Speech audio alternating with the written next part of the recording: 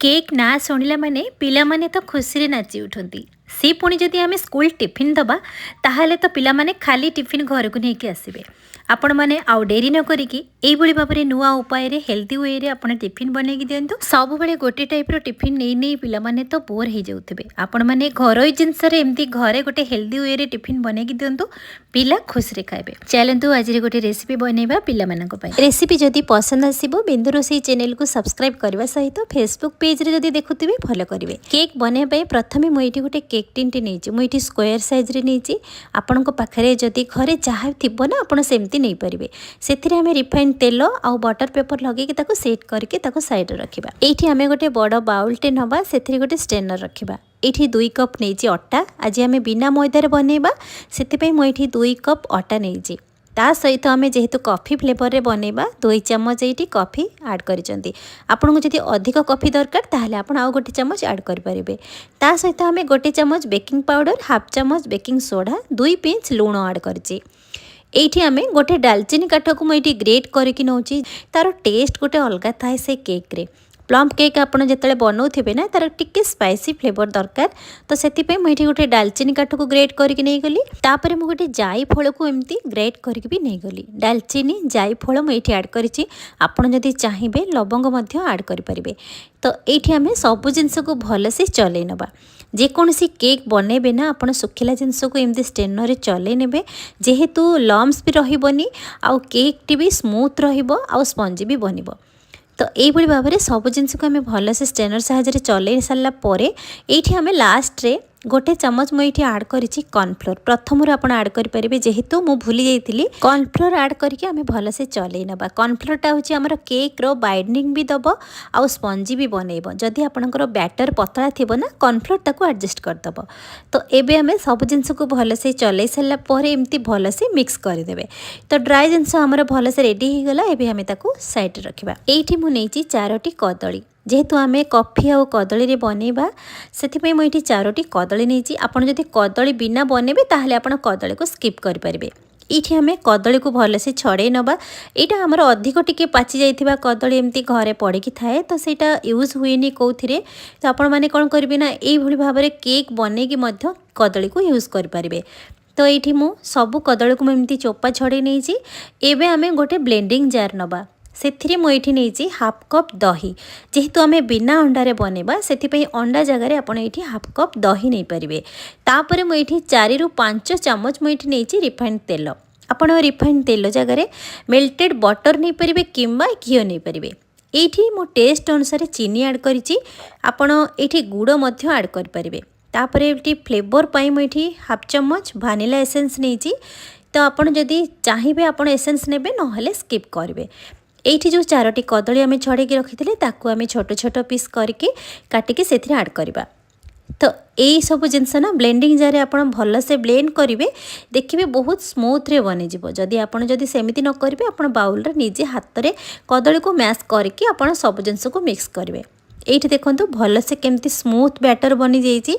तो एथिरे आमे क्षीर बिल्कुल भी ऐड करना, कहीं क्षीर जदि आमे एठी ऐड करि थांते ताहले बैटरटा पूरा पतला हो जाता। जदि आवश्यक पड़े आमे क्षीर ऐड करवा।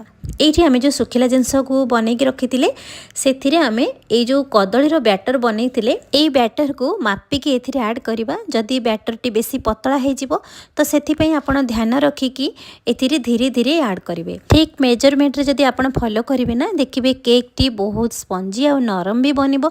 जदि बैटर पतला हो ताहले केक आ फुलबनी, से पूरा बसीज जोटा कि आपन को टाण टाण भली केक बनब। तो ये आम कदली जो आम लिक्विड बैटर बनई आम धीरे धीरे एमती सबू ऐड करवा। आउ बैटर को भलसे धीरे धीरे मिक्स करवा। तो ये आमर पुणी आमर बैटर सुखिला भी होती भलसे आमर परफेक्ट बैटर भी बनिनी। तो जीक आमर कदलीर लिक्विड बैटर थिला आम सबू ऐड करदे। एबे आम बैटर को धीरे धीरे मिक्स करवा जेमिति कि बैटर लम्स न रहिबो, सेथिपई आपण ध्यान देबे। धीरे धीरे मिक्स कर सारा पर ये आमर बैटर पुणी आमर सुखिला भी लगुची। एथिरे आम हाफ कप क्षीर ऐड करवा। आपण अल्प अल्प करके क्षीर ऐड करेंगे। ये आम बैटर को धीरे धीरे मिक्स कर सारा पर देखंतु आउ टिके आमर पतला बैटर टिके दरकार। तो से बड़का थी क्षीर को आम एथिरे ऐड करवा। टोटाल आम नहीं हाफ कप क्षीर, प्रथमे आम हाफ कप दही नहीं, चारि रु 5 चमच आम रिफाइन तेल नहीं आउ जेहेतु आम कदली 4टी नहीं कदलीर तो नेचुरल लिक्विड भी थाए तो से आप ध्यान रखिकी क्षीर लास्ट रे ऐड करेंगे। यही भाव में ध्यान रखिकी जदि आप परफेक्ट आप मेजरमेंट रे बनइबे ताहले केक टी भल बनिबो। एठी देखंतु आमे सबु क्षीर ऐड कर सारा पर आमे बैटर को धीरे धीरे मिक्स करबा।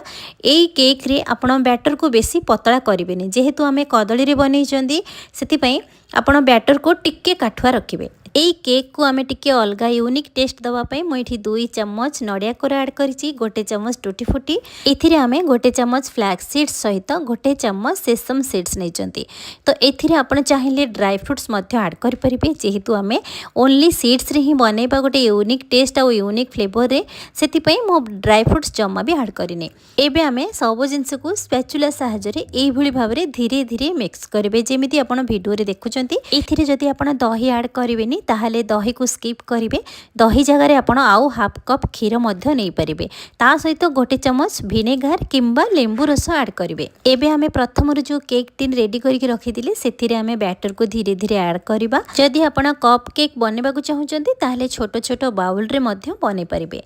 एबे आमे सबु बैटर को ऐड कर सला परे आमे केक टिन को टिके तळे बाडे नेबे जेहेतु हमर केक रो लम्स जेमती न रहिबो। एथिरे आपण गार्निशिंग पई टूटी फूटी किंबा ड्राई फ्रूट्स आपण को मन पसंद रे एठी ऐड करि परिबे। तो मु एठी सेसमी सीड्स को ऐड करिछि जोटा कि हमर धळा खसा। तो आपण को मन पसंद रे जहा चाइबे मध्य गार्निशिंग करि परिबे। एपटे आमे केक बनेबा पई जेहेतु आमे बिना ओवन रे बनेबा तो मु एठी फ्री हीट करे दिथले। तो 15 मिनिट पूर्वरु फ्री हीट कर सला परे आमे सेथिरे केक टिन को रखिकी 30 रु 40 मिनिट पर्यंत ताको आमे बेक करिया पई छाडी दबा। आपण मझरे मझरे चेक करिवे जदि केक टी परफेक्ट हमर बनि जाई ताहले आपण जाइकी केक को काढ़ी पारिबे। आ गैस रो फ्लेम को स्लो मीडियम रे ही रखिबे। प्रथम रो हाई रे रखिकी फ्री हीट करे देबे, तापरे स्लो मीडियम रे रखिबे। एठी आपण चेक करिवे केक बनिछि कि नै। तो मु एठी टूथपिक रे चेक कली केक परफेक्ट बनिछि आ फुल्ली की भी रेडी हे जाइछि।